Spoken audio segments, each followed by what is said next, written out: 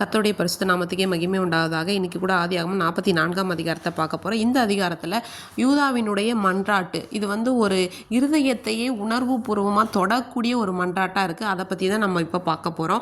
இப்போ என்ன பண்ணுறாங்க, யோசேப்பு அவங்க வீட்டு விசாரணைக்காரன்ட்ட சொல்கிறாங்க, இவங்களோட பையிலெல்லாம் நீ என்ன பண்ண, நிறைய நிறைய தானியம் போட்டு அவங்களோட பணத்தையும் அந்த தானியத்தோட பையில் போட்டுட்டு, அதுக்கப்புறம் அந்த லாஸ்ட்டில் இருக்கான் இல்லையா பென்யமீன், இளைவனோட பையில் என்னோட பான பாத்திரத்தை நீ போட்டணும் அப்படின்னு சொல்கிறாங்க.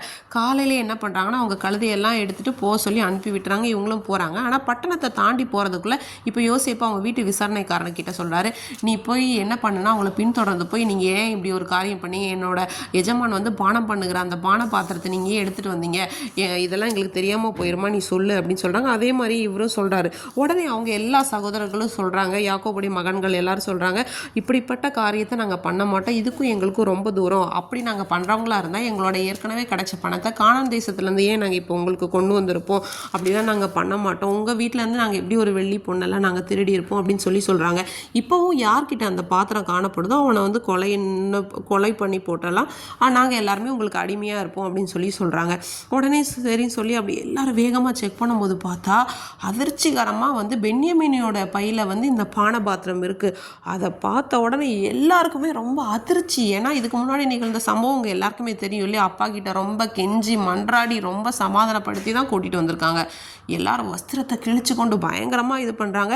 திரும்ப யோசேப்போட வீட்டுக்கிட்ட போகிறாங்க. சகோதரர்கள் யூதா எல்லாரும் அவன் முன்னாடி தரையில் முகம் குப்புற விழுந்து என்ன பண்ணுறாங்கன்னா விழுகிறாங்க. அப்போ யோசேப்பு சொல்ல, நீங்கள் எப்படி இந்த காரியத்தை பண்ணீங்க, எனக்கு இது தெரியாமல் போயிருமா அப்படிங்கிற மாதிரி இவர் என்ன பண்ணுறாருன்னா அவங்க கிட்ட பேசுறாரு. அப்போ யூதா சொல்கிறாரு, ஐயோ ஆண்டவனை, இதுலேருந்து அவருடைய மன்றாட்டு ஆரம்பிக்குது. ஒரு புலம்பல், ஒரு இயலாமை, எப்படி ஒரு தவிப்பு, இது எல்லாத்தையுமே நம்ம அடுத்தடுத்த வசனங்களில் பார்க்கலாம். இவர் சொல்கிறார், ஐயோ நான் எப்படி உங்களுக்கு சொல்லுவேன், நான் எப்படி எதனால் பேசி என் நியாயத்தை விளங்க வைப்பேன், நாங்கள் அக்கிரமம் பண்ணது தேவன் உங்களுக்கு காமிச்சு கொடுத்துட்டாரு, இப்போ பாத்திரத்தை வச்சுருக்கணும்னு நாங்களும் என் ஆண்டவனுக்கு அடிமைகள் சொன்ன உடனே யோசிப்பு பாருங்கள், அதெல்லாம் வேண்டாம், யார்கிட்ட பாத்திரம் இருந்ததோ அவங்க மட்டும் எனக்கு அடிமையாக இருக்கட்டும்னு சொல்லி உடனே யூதா அவர் கிட்ட போய் சொல்கிறார், ஆண்டவனே ஒரு வார்த்தை, ஒரே ஒரு வாட்டி நான் சொல்கிறத கேளுங்க, என் மேலே கோவம் வராமல் இருக்கட்டும், நீங்கள் தான் ஃபஸ்ட்டு கேட்டீங்க உங்களுக்கு தகப்பன் இருக்காரா சகோதரன் இருக்காரான்னு. அப்போ நாங்கள் சொன்னோம் முதிர் வயதில் ஒரு தகப்பன், அவருக்கு முதிர் வயதில் பிறந்த ஒரு குமாரன் இருக்கார் அப்படியெல்லாம் சொன்னோம். நீங்கள் சொன்னீங்க அப்போ அவனை கூட்டிகிட்டு வாங்கன்னு, அப்போ எங்கள் தகப்பனை பிரிஞ்சு அவன் இறந்துருவாங்கன்னு சொன்னீங்க. நீங்கள் சொன்னீங்க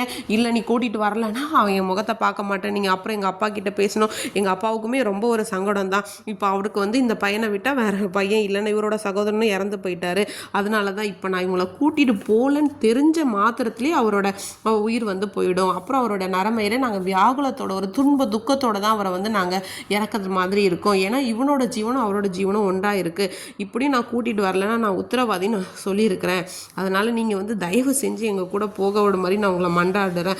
அவனுக்கு பதிலாக நான் இங்கே இருக்கிறேன், இவனை விட்டுட்டு நான் எப்படி போவேன், எப்போ எங்கள் அப்பாவுக்கு நடப்போகிற அந்த தீங்கை நான் எப்படி பார்ப்பேன் அப்படின்னு சொல்லி ரொம்ப மனதுருகி கேட்குறாரு. இதோட இந்த அதிகாரத்தை முடிக்கிறாங்க. இதே போல தான் நம்முடைய பிதாவாகிய தேவனிடத்தில் ஏசப்பா நமக்காக கெஞ்சி மன்றாடி ஒவ்வொரு நாளும் பரிந்து பேசி கொண்டிருக்கிறார். நாமும் கூட நம்மளுடைய எல்லா தப்பிதங்கள், பாவங்கள், குற்றங்கள், அக்கிரமங்கள் எல்லாவற்றையும் ஏசப்பாக்கு தெளிவுபடுத்தி இனிமேல் அதை தொடராமல் இருப்போமாக. ஆமீன்.